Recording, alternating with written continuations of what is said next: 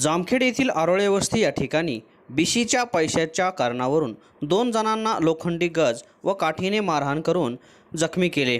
तसेच बिशीचे पैसे दिले नाहीत तर जीवे मारून टाकू अशी धमकी दिली। या प्रकरणी एकूण 7 जणांवर जामखेड पोलीस स्टेशनला गुन्हा दाखल करण्यात आला आहे। पोलिसांनी 2 आरोपींना अटक केली आहे। मात्र उर्वरित सर्व आरोपींना तातडीने अटक करून कारवाई करण्याची मागणी फिर्यादी व जखमी यांनी केली आहे। या प्रकरणी पोपट दुर्गा लोखंडे, बापू ताया लोखंडे, सुरेश मुकिंदा लोखंडे, चंदर बापू लोखंडे, शिवाजी तात्या लोखंडे, विष्णू शंकर लोखंडे व हनुमंत मोहम्मद लोखंडे सर्व राहणार आरोळे वस्ती जामखेड अशा 7 जणांवर जामखेड पोलीस स्टेशनला गुन्हा दाखल करण्यात आला आहे। तर सुरेश मुकिंद लोखंडे व चंदर बापू लोखंडे या 2 जणांना पोलिसांनी अटक केली आहे। नाव सांग। अशोक मोतीराम लोखंडे आमच्या भावाला ते उचलून घेऊन गेले ते हॉस्टेलच्या मागून त्याच्या हॉटेलमध्ये नेऊन त्यांनी डांबून मारहाण केली मोठ्या भावाला। आम्ही मिटवण्याच्या कारणास्तव गेल्यावर तिथं मला पण मारहाण झाली। लोखंडे रॉडने पोपट लोखंडे, विष्णू शंकर लोखंडे, चंदर लोखंडे असे 3-4 जण होते। तिथं 10-12 जण होते। शक्यतो त्यांचे नाव जास्त करून आम्हाला माहीत नसतं, संपर्कात नसतं कधी। तिथे गेल्यावर आम्हाला मारहाण केलं। मला डोक्याला मारहाण ते बघा जखम झालं, 6 टाके पडले। त्याच्यानंतर आम्ही हॉस्पिटलला गेलो। त्यानंतर त्यांनी चिठ्ठी लिहून दिली।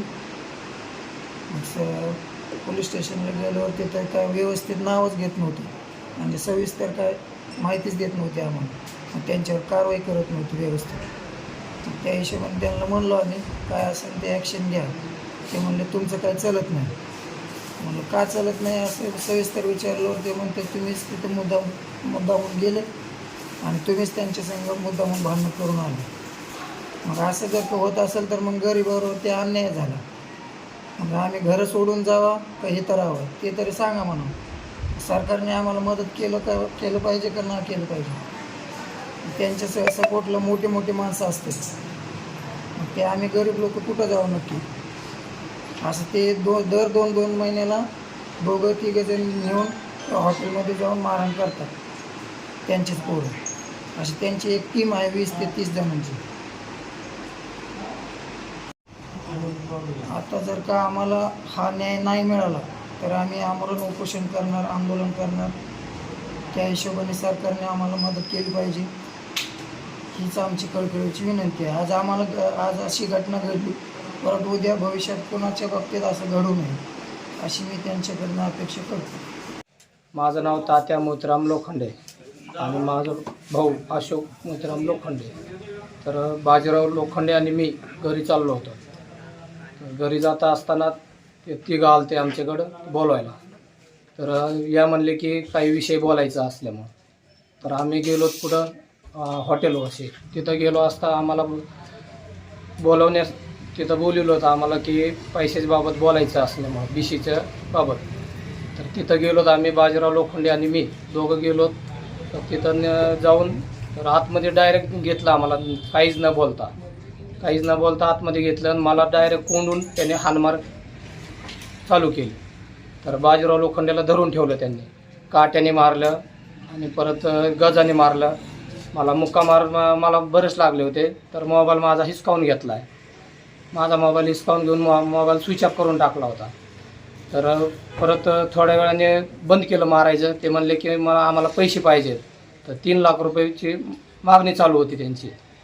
3 लाख रुपयाची मागणी चालू होती। मी म्हणलं पैसे कुठालचे? ते म्हणले की बिशीचे पैसे। त्यांना म्हणलं बिशीचं मी तर सगळे तुम्हाला भरलेले आहेत, बिशी नील झालेत, कशाचे पैसे म्हणले? ते म्हणले आज आम्हाला पैसे पाहिजेच, आत्ताच्या आत्ता पैसे पाहिजेत म्हणले। तर आत्ताच्या आत्ता पाहिजे म्हणल्यावर माझ्याकडून मोबाईल घेतलेला तेव्हा मी मानलं की मोबाईल माझ्याकडे द्या, मी पैसे मागायला पाठवतो। तर बाजीराव लोखंडेकडे मोबाईल दिला मी। तर मोबाईल स्विच ऑफ उघडून त्यांनी माझ्या भावाला फोन केला।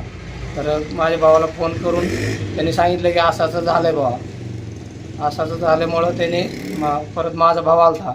माझ्या भावा येऊन काय झालं असंच प्रश्न विचारल्यावर लगेच हाणामारीचा चालू केले त्यांनी। तर त्याच्या डोक्याला बरंच मार लागला असा ते आता सध्या ॲडमिट आहे, दवाखान्यात ॲडमिट आहे पन्हाळकर हॉस्पिटलमध्ये. मी पण होतो. मी आज डिस्चार्ज करून घेतलं. तर माझ्या भावाला दवाखान्यात जात असताना त्याने आम्हाला परत अडविलं एकदा. तर म्हणले आज जायचं नाही, लगेच पैसे दिल्याशिवाय जायचं नाही. मला अडविलं, माझ्या भावाला अडविलं. मी त्यांना म्हणलो डायरेक्ट, माणसाला काय, माझ्या भावाला जर काही झालं तर मी तुमच्याकडं काय असेल ते करून घेईन म्हणलं. तर तिथून पुढं आम्ही पोलीस स्टेशनला आलो. तिथं येऊन की असं असं झालं, घटना सांगितलं. सांगून परत आम्हाला सरकार दवाखान्यात नेलं उपचारासाठी. तिथून परत FIR दिलं आम्ही. तिथं FIR लिहून दिलं. तर परत हॉस्पिटलला आम्हाला उपचारासाठी पन्हाळकर हॉस्पिटलमध्ये दाखल केलं. तर आता आरोपी अटक करून घेणे, आता तात्काळ आरोपी अटक करून घेणे, केस माघारी घ्या असं म्हणून सांगत आहेत आम्हाला. पैसे मागत आहेत आमच्याकडून, दमदाटी देतात. कुणाला कुठं न दिसलं तरी हाणामारी करू म्हणून असं सांगत आहेत. मागणी काय आहे तुमची मेन? आरोपी जर अटक नाही झालं तर आम्ही उपोषणाला बसणार. पूर्ण आम्ही, माझी जेवढी फॅमिली तेवढी उपोषणाला बसणार.